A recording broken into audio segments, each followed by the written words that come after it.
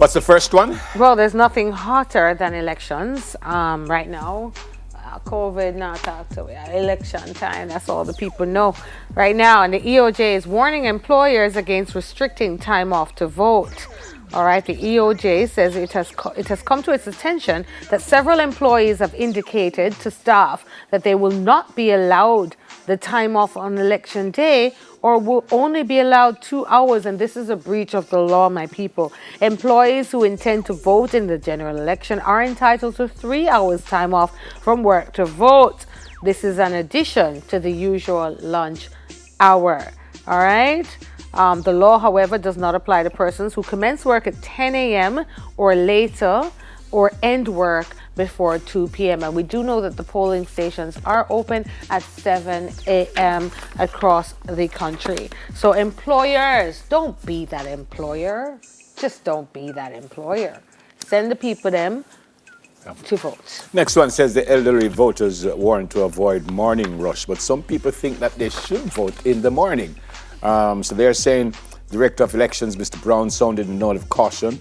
It was announced that COVID-19 positive persons would be allowed to vote from 4 to 5. So COVID-19 positive persons would be allowed to vote from 4 p.m. to 5 p.m. And it is feared that long lines and big crowds could delay the voting process for the more than 400,000 electors aged 60 and over.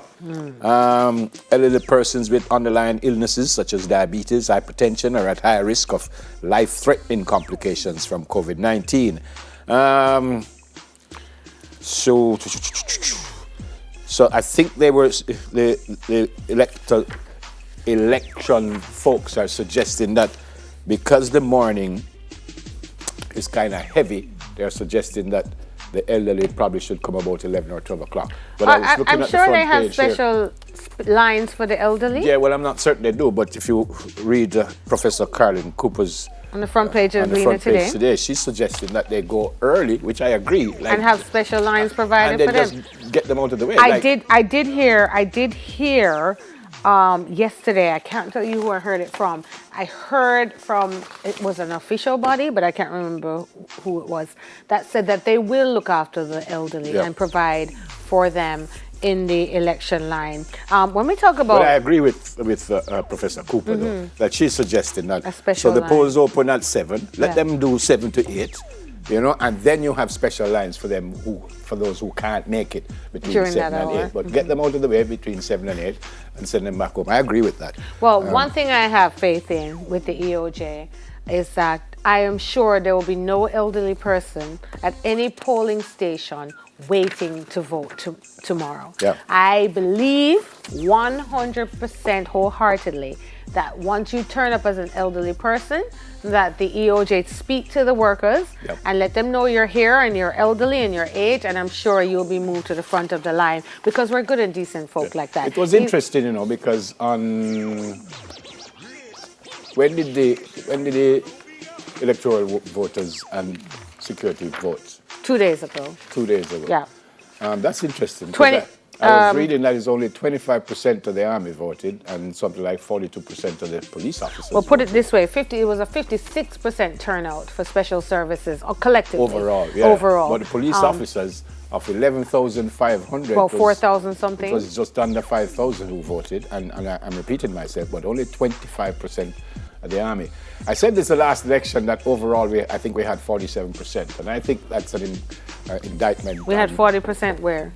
In the last election, I think it was 47%. Of voter turnout. 47%, I think it was. And in my opinion, that's an indictment on the folks who we are voting for, because if more than 50% didn't vote, it's almost like they say, well, I believe that voter apathy is a reflection of the people and not necessarily the candidates. Because guess what? The people who don't care about their country or who they put into leadership is a problem with the people. I think it's both. And you know, I'm just gonna say people. You see, when you talk about crime and you want to blame politicians for crime, I'm a politician, I kill people. Are you, I kill people, the people. And so we need to look in our communities and look at the social state. And at what time do we rise up and take control of our communities and stop looking for handouts? Are people that are forever looking for handouts and everybody else to lead them are like sheep or are weak So we need to stand up as the people, the grassroots people, and look into ourselves, because there are educated people out there. I'll look to Rastafari who have done a drop knowledge and me from we are young and we not here. We are look for handouts, etc. Look to reparations, look to leadership from your own communities, and stop thinking that the politicians the politicians come from the people. They can't save you. We have to save ourselves. I agree with yes, that. we hold them accountable to lead. Yeah. But if you're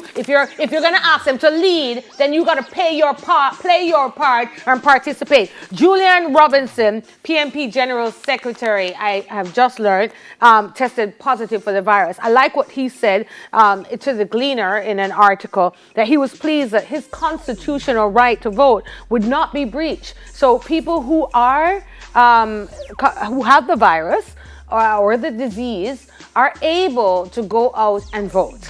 And so be safe. And I think they're supposed to go out and vote between 4 and 5. Between 4 o'clock and 5 o'clock. Anyway, okay? you done the argument without giving me a chance to rebut. I agree with what you said, but I still think this is a debate. You have 30 seconds. No, man, I have only 2 seconds. You have 30 seconds. I still think it's both, we and them. No. Please note, I didn't say it was not we and them, but the people have a major part to play. I agree with that.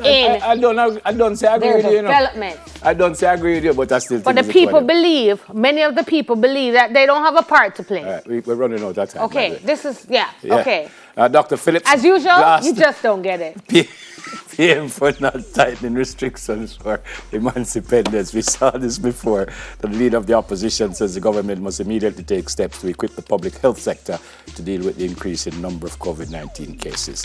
All right, so we're running out of time. Cuba closes off Havana because they've had a spike over there also. And the last one, tropical storm, it says formed south of Jamaica. I think they pulled the. I think they pulled the storm watch. It wasn't a storm watch. I think it was a flood watch that we had, but they pulled that. Tropical storm Nana formed south of Jamaica. Will likely be a hurricane before it strikes the coast of Central America. Fourth clean name storm, and then the last one was.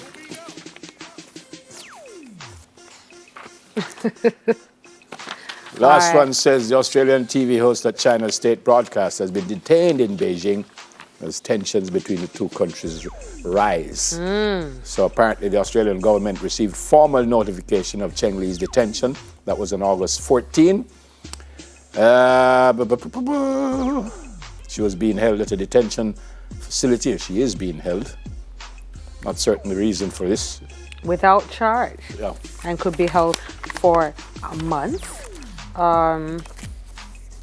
Okay. Also, going back to the whole voting tomorrow people, I think it's 12 countries, rich and poor. There she is. We're still showing the images of the Australian TV host detained in China. All right.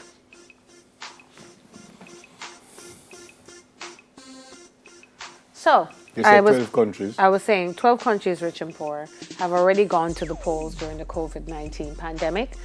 And then they make decisions after about how they manage it. So I hear a lot of argument about whether we should or we shouldn't. And I'm just saying, Jamaica, around the world, we have to go to the polls. And all the other countries get it. So this is not something where we don't know what's going to happen later. Is it going to get worse? Yeah? So the point is, we're already where we are. 24 hours away. Is it 7 o'clock yet? Nearly 24 hours away. That's it. From waking up and going to the polls. It's your constitutional right. Get up and do it. And bring a sanitizer. Wear a gas mask. Wear whatever else you have to. Change your clothes after you vote. If you are afraid, wear some scrubs and take them off after. But go do it. And good luck to all of the candidates that are out there. You said wear your scrubs. And I was reading, and this pandemic has really made things different, I was reading this caregiver, this nurse, And I think she has a 3-year-old daughter. And when she gets home from work, before she could even hug her child, she has to take off everything. It's rough. She has to go take a shower. She has to change everything just before she could give her daughter a hug. That's we're rating her bad. That's so hard no, because man, we're rating her bad. The caregivers, the frontline people. But never. We couldn't do this without them. Never. These caregivers, look how many are already. No, that's my point. I mean, they're actually risking their lives to save our lives, which is amazing. The whole of them must get a national award. Every single one of them. Yeah. I saw 2 nurses trying to cross the road. I stopped and I rolled my window down and I just looked at them and I just went like that, you know? I mean, what you guys do? You're such a nice guy. Am I not though? You're just such a nice guy. Anyway, still to come, we have a heart-to-heart with Mr. and Mrs. Harrison and hear about how couples learn new things about each other. Empress will have that. But first, we head over to the newsroom for News in 5. I learned something new about Empress every single Wednesday. What you learned today? That she's just not as smart as I did think last Wednesday. You know, I was going to give you the pumpkin. My girlfriend, my not give. May I give the floor We'll soon manager? come. News in 5 when we come back. Stay with us, please.